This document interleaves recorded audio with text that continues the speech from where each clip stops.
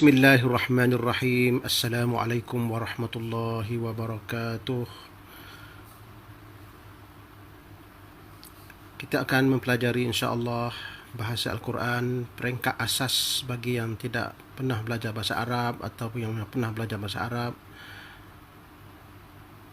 Kaedah yang saya akan perkenalkan untuk anda belajar bahasa Arab pada awal, daripada asas, ialah kaedah yang agak yang lain daripada yang lain, iaitu kaedahnya kita namakan dia kaedah kata dasar.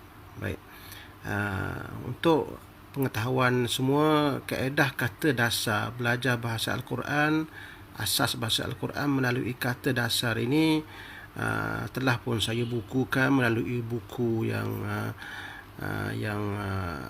saya namakan dia dengan nama Teknik Faham dan Hadam Kata Dasar Al-Quranul Karim, dan ini adalah edisi terkini bagi buku tersebut.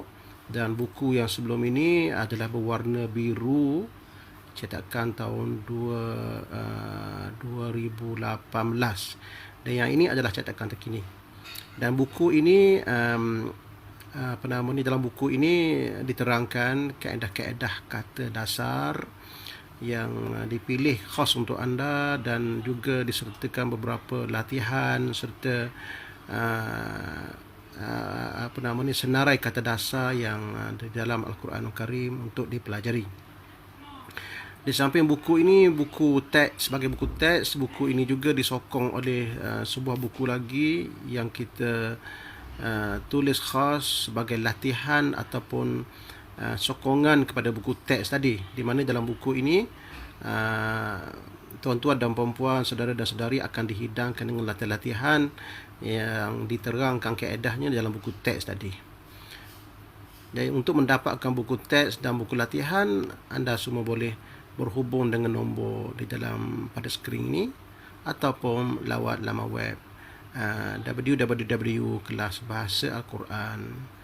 kelasbahasaquran.weebly.com. Baik, untuk pelajaran kita, saya akan ringkaskan apa yang saya terangkan dalam buku teks sebagai pengajaran, dan untuk lebih lanjut boleh dapatkan buku teks insya-Allah. Baik, kita mulakan apa yang dimaksudkan dengan kata dasar, ya, insya-Allah. Apa yang dimaksudkan dengan kata dasar?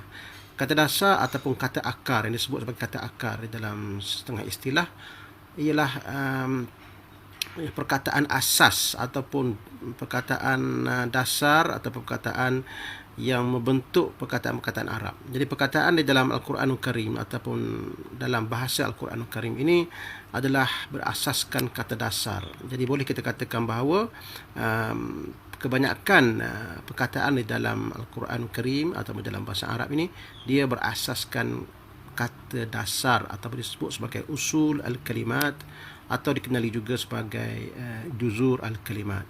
Baik, biasanya kata dasar ini dia mengandungi 3 huruf, ya, mengandungi 3 huruf kebanyakannya, ya. Boleh katakan bahawa 90% atau 90% perkataan Arab ini dia mempunyai kata dasar 3 huruf. Cuba perhatikan di dalam kotak ini. Kata dasarnya adalah ha, mim dan dal, dan ini adalah perkataan yang lahir daripada kata dasar ha, mim dan dal. Contohnya alhamdu, kita sebut dalam Al-Fatihah, alhamdulillahirabbil-alamin, hamidun majid, mahmud, Muhammad, Ahmad, yuhmadun, semuanya berasal daripada kata dasar yang sama, iaitu ha, mim, dal. Dan kata dasar ini kita perlu tulis dalam keadaan terpisah, ha, mim, dal. Dan kalau kita gabungkan sekali, dia akan sudah jadi perkataan.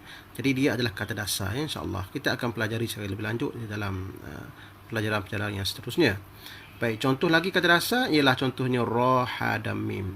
Di antara ra, ha dan mim ni lahirlah perkataan daripada kata dasar tersebut. Contohnya ar-Rahman, ar-Rahim, rahmah, irham, arham, rahimin, yarhamu, al-marhamah. Semuanya lahir daripada kata dasar ra, ha dan mim.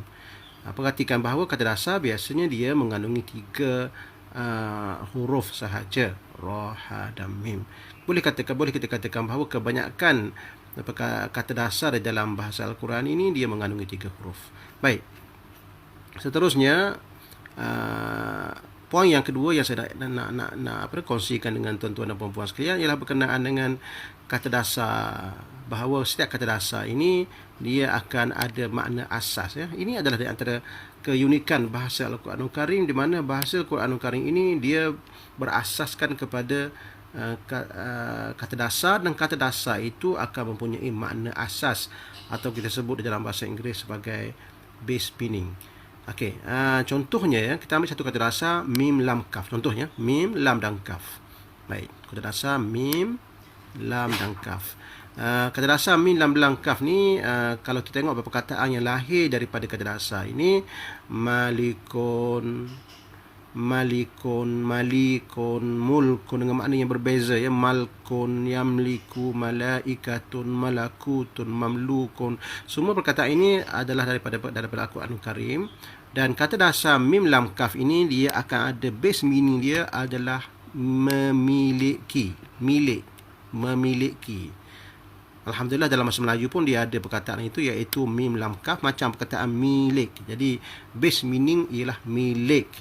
Daripada base meaning inilah keluarlah perkataan lain daripada mim lam kaf ini. Malikun raja, malikun pemilik, malikun penguasa, mulkun surah al-mulk, al-malk, yamliku, malaikah. Semuanya ada makna, dalam dia ada makna milik, ya. Walaupun kadang-kadang tu agak jauh juga maknanya. Contohnya malikun pemilik, malikun raja. Kenapa? Apa kaitan raja dengan pemilik? Raja adalah pemilik kuasa dalam sesuatu negara. Malikun, penguasa sebenar. Mungkin ada juga perkataan yang mamluk, contohnya. Kenapa dia ada kata dasar mim lam kaf di dalamnya? Kerana hamba itu dimiliki oleh seseorang. Malaikah, mungkin perkataan yang malaikah contohnya dia agak jauh juga dengan kata dasar dia. Kata dasarnya mim lam kaf, ya. Malakun, malaikah. Ada kata dasar mim lam kaf, sepatutnya dia ada makna milik juga. Apa kaitan malaikat dengan milik? Boleh kita katakan bahawa malaikat ini adalah milik Allah Subhanahu Wa Taala, sebab itu dia dinamakan malaikah. Wallahu a'lam, ya. Boleh kita kaji lagi maksud malaikah ni, kenapa kata dasarnya adalah mim lam kaf. Baik, itu adalah makna asas. Jadi setiap perkataan, setiap kata dasar dia akan ada makna asas, yang mana daripada makna asas inilah dia akan lahir perkataan-perkataan lain. Baik, seterusnya ialah poin yang ketiga ialah kata dasar ini dikembangkan kepada makna yang lain dengan memasukkan imbuhan, ya. Imbuhan ini yang kita akan belajar insya-Allah di dalam bab-bab yang akan datang, yang saya susun dalam buku ini, iaitu contohnya ialah di dalam buku teks ini, contohnya saya datangkan satu kata dasar, contohnya ain badal, ya. Ain badal yang memberi makna asas ialah sembah, ain badal. Daripada ain badal keluar perkataan ya'budu, keluarlah perkataan u'bud, ya'buduna, abada, ibadah. Semua perkataan ini dikembangkan daripada kata dasar ain badal ini dengan menambahkan beberapa perkataan imbuhan, ya. Ini imbuhan ini, perkataan ya, tentunya ya di awal ini, ya di awal ini, waw dan nun di akhir ini, sabdu di tengah ini, alif dan dal ini adalah imbuhan yang kita akan pelajari insya-Allah di dalam kaedah-kaedah yang akan datang. Jadi yang pentingnya adalah setiap kata dasar ini akan dikembangkan kepada makna-makna yang lain, kepada perkataan yang lain dengan menambahkan imbuhan yang kita namakan imbuhan, ya. Dalam imbuhan ini dia ada penambahan yang standard yang mempunyai makna yang tertentu yang akan dipelajari kemudiannya insya-Allah. Contoh lagi ialah perkataan ataupun kata dasar roha dan mim. Roha dan mim ini mempunyai kata dasar roha dan mim, ya, mempunyai makna roha dan mim maknanya kasih. Daripada sinilah keluarnya perkataan Rahmanur Rahim, Rahimin, Ruhama, Rahmah. Semuanya bermaksud kasih, mercy. Ar-Rahmanur Rahim, merciful, mercy, ya. Semuanya berasas daripada maknanya kasih, mercy. Daripada perkataan inilah keluar perkataan Allahu yarham, irham, rahimin, arham, ruhama, arham, ha? Sehingganya rahim ibu pun dia akan datang perkataan arham, ya, daripada rahim ibu. Apa kaitan rahim ibu dengan kasih? Sebab kasih itu datang daripada rahim ibu, ataupun ada kaitan dengan kasih ibu itu namanya. Itulah yang ada kaitan di antara rahimah dengan arham, silaturahim dan sebagainya lah. Baik, itu adalah di antara poin-poin penting yang perlu kita pelajari dalam ilmu kata dasar ini. Saya merasakan bahawa mempelajari kata dasar ini mempunyai faedah yang amat besar bagi orang yang mula-mula ataupun baru nak berjinak-jinak dengan mempelajari bahasa Arab ataupun bahasa Al-Quran, kerana dengan memahami kaedah dan kriteria ataupun perilaku ataupun bentuk-bentuk kata dasar dan kaedah-kaedah yang mengelilingi kata dasar itu, anda akan dapat mempelajari bahasa Arab dengan selesa, insya-Allah. Itu yang kami harapkan ataupun saya harapkan, insya-Allah, daripada buku ini, insya-Allah. Sebagai sedikit latihan, boleh kita insya-Allah mempelajarinya dalam buku yang akan datang ataupun dalam pelajaran yang akan datang, insya-Allah. Jadi saya harap insya-Allah kita ulang kaji sikit lagi berkenaan kata dasar. Poin yang pertama yang saya ingin kemukakan ialah, yang pertama, kata dasar ataupun bahasa Al-Quran ini adalah berbaskan ataupun berasaskan kata dasar yang disusun dengan begitu sistematik, yang mana setiap perkataan atau kebanyakan perkataan-perkataan di dalam Al-Quran ini berdasarkan kata dasar. Okey, yang pertama sekali ialah kata dasar mengandungi 3 huruf. Pertama.